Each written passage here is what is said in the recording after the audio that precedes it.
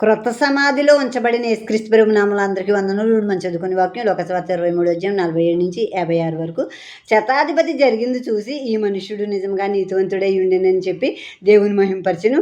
చూచుడికై కూడి వచ్చిన ప్రజలందరూ జరిగిన కార్యములు చూసి రొమ్ము కొట్టుకుంటూ తిరిగి వెళ్ళిరి. ఆయనకు నెలవైన వారందరూ గలిలయ నుండి ఆయన వెంబడించిన స్త్రీలను దూరంగా నిల్చుండి వీటిని చూచుండిరి. అరిమతాయి అను యూదుల పట్టణపు సభ్యుడైన యోసేపు అని ఒకడు ఉండెను. అతడు సజ్జనుడు నీతివంతుడై ఉండి వారి ఆలోచనను వారు చేసిన పనికిని సమ్మతింపక దేవుని రాజ్యం కొరకు కనిపెట్టుచుండిన వాడు. అతడు పిలాతు వద్దకు వెళ్ళి యేసు దేహం తనకిమ్మని అడుగుకొని దానిని క్రిందకి దించి సన్నపు నారబట్టతో చుట్టి తొలిసిన రాతి సమాధిలో ఉంచెను.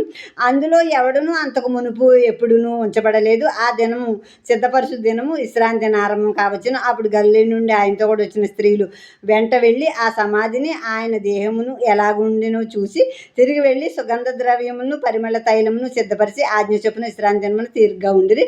ఇక్కడ శతాధిపతి ఉన్నాడు. ఇక్కడ ఈ సైనికుల్లో ఇతను యేసుక్రీస్తు ప్రభు అలా మరణించటం చూసినప్పుడు ఈయన నిజముగా నీతివంతుడే అని దేవుణ్ణి మహిమపరిచాడు. యేసుక్రీస్తు ప్రభు నీతివంతుడని చెప్పి మహిమపరిచాడు ఈ శతాధిపతి. ఇప్పుడు చూడటానికి వచ్చిన వాళ్ళందరూ జరిగిన ఘోరమైన కార్యం చూసి రొమ్ము కొట్టుకుంటూ ఇంటికి వెళ్ళారు. ఇంకా ఆయన బంధువులు దగ్గర తెలిసిన వాళ్ళందరూ కూడా దూరం నుంచి చూస్తున్నారు. ఆ శిలువ మీద అదంతా జరిగిందంతా చూస్తున్నారు.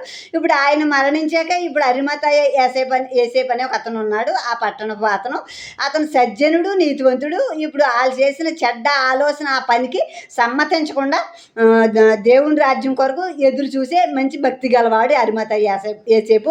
ఇతడు పిలాతు దగ్గరికి వెళ్ళి అన్నాడు, యేసుక్రీస్తు ప్రభు దేహం నాకు ఇమ్మని అడుక్కుని ఆ దేహం కిందకి దింపి శిలువ మీద నుంచి కిందకి దింపి నారబట్టతో చుట్టి సన్న నారబట్టతో చుట్టి రాతి సమాధి కొత్తగా తొలిసిన రాతి సమాధిలో యేసుక్రీస్తు ప్రభు దేహాన్ని అంతకుముందు అందులో ఎవరు ఉంచబడలేదు. కొత్త సమాధిలో యేసుక్రీస్తు ప్రభుని పెట్టినప్పుడు అది సిద్ధపరచు దినం. శుక్రవారాన్ని సిద్ధపరచు దినం అంటారు. శనివారం ఏ పనులు చేయకూడదు, విశ్రాంతి దినం కాబట్టి వాళ్ళకి శుక్రవారమే కావాల్సినవన్నీ సిద్ధపరిచేసుకుంటారు. శనివారం విశ్రాంతిగా ఉంటారు. అందుకు సిద్ధపరచు దినం శుక్రవారం. ఆ సిద్ధపరిచే దినాన్న ఆయన్ని సమాధి చేశారు. స్త్రీలందరూ ఆ సమాధిని చూసి తిరిగి వెళ్ళి అన్ని పరిమళ సంబంధమైన తైలము, ధూపద్రవ్యాలు, అన్ని సుగంధ ద్రవ్యాలు పోస్తారు కదా బాడీకి, అవన్నీ సిద్ధపరుచుకుని ఆదివారం పొద్దున్నే సమాధి దగ్గరికి వద్దామని శనివారం విశ్రాంతి దినాన్ని తీరికగా ఉన్నారు. శుక్రవారమే కావాల్సినవి సిద్ధపరిచేసుకున్నారు ఈ స్త్రీలందరూ.